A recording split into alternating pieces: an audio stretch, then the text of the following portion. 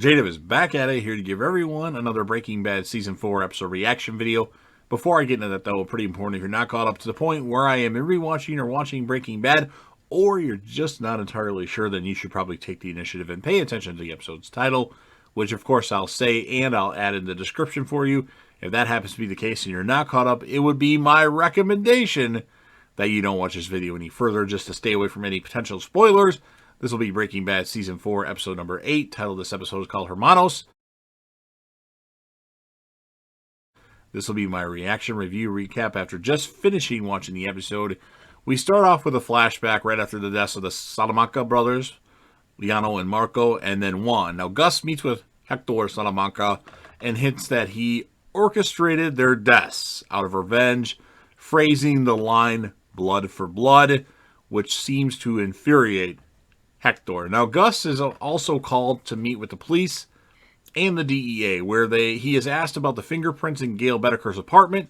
He explains that Gail was a recipient years ago of a UNM college scholarship in chemistry that Gus created, and says that Gail had invited Gus to his apartment for dinner to ask him for money. Now, Hank asks if Gus is Gustavo Fring is his real name, as there are no records of anybody with that name in his native Chile. Gus said he was immigrated at the time of a dictatorship, which he claims was notorious for both for human rights violations and for poor record keeping.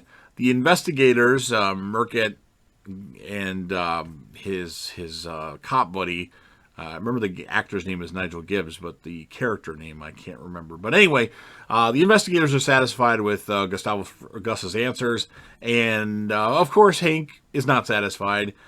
He is still suspicious, and meanwhile Skyler begins to hide Walt's meth money in clothes, vacuumed clothes in plastic, in a crawl space below the house, as a matter of fact. Now, Hank later asks Walt to drive him to a mineral show, but reveals en route to the place that he really is going to Los Portos Hermanos to plant a GPS tracking unit on Gus's car. Now, Walt is seriously nervous about this, since he is already on poor terms with Gus, and because Mike has appeared and is watching him. But Walt ultimately gives in to Hank. Now, Walt pretends to plant the tracker and goes inside the restaurant, where Gus meets him at the register, and Walt hastens to assure Gus that he did not plant the tracker, showing it is still in his pocket, but Gus tells him to do it. Walter was a little confused, and he's like, do it. So perplexed, Walt plants the tracker on his way back to the car and leaves with Hank. Later, Walt and Mike each assured Gus that Hank is acting on his own. Well, Walt did it, in the lab, the super lab, on video, and Mike did it in person. That Hank is acting on his own, and it's not a part of the DEA's investigation. But Mike advises Gus that Hank may pose a problem if Gus and the cartel go to war. Now, Walt warns Jesse Pinkman about Hank's investigation and urges him to kill Gus while at Jesse's house, and then Walt intercepts a text message meant for Jesse and suspects that Jesse is actually becoming loyal to Gus. Now, Gus goes to see Hector in a nursing home and asks him cryptically if today is the day. I believe he's asking, is today the day that you're going to croak? And then we see a flashback to 1989 in Mexico, showing Gus and his close friend Max meeting Hector, Juan, and their boss Don Helado. And Gus and Max pitch their meth scheme to Helado in hopes of going into business with the cartel.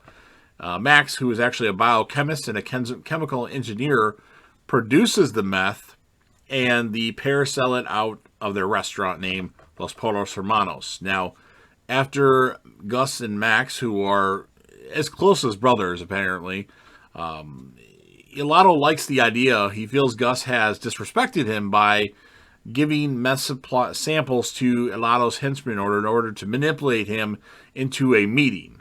Now, moreover, Elato wonders if Gus, his purpose is in the business, if Max is the cook of the high grade meth. What's Gus's job? Before Gus can explain, Hector shoots Max through the head and forces Gus to lie down and look at his dead partner in the eyes. Now, Elato tells Gus that the only reason Gus is alive and Max is not is because Elato knows who Gus really is and warns him that he is not in Chile anymore. And then we go to the present time.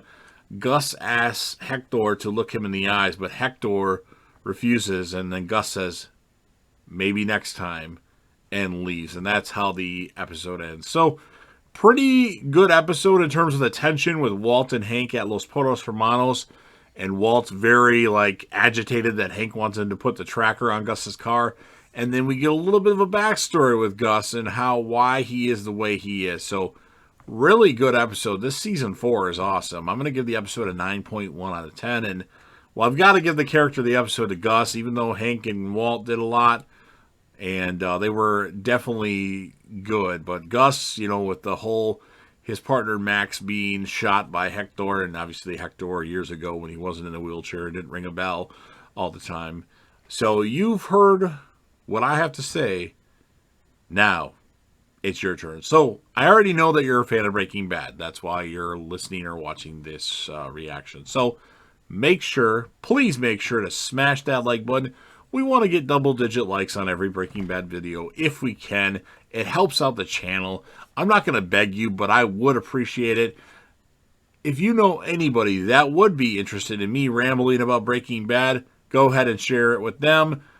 Sound off in the comment section about your thoughts on the episode, if you can remember it that well, your character of the episode, your score of the episode, or you can just tell me about your favorite Breaking Bad characters and episodes, or your least favorite of those things. All that stuff, make sure you leave plenty of comments. I'll respond to any and all comments, typically within 24 hours. Usually it's within an hour, unless it's really late at night.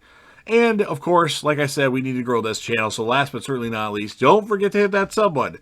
Subscribe to the channel, join the team, show your damn support, I know you can, and be a part of something special, and JDev will return.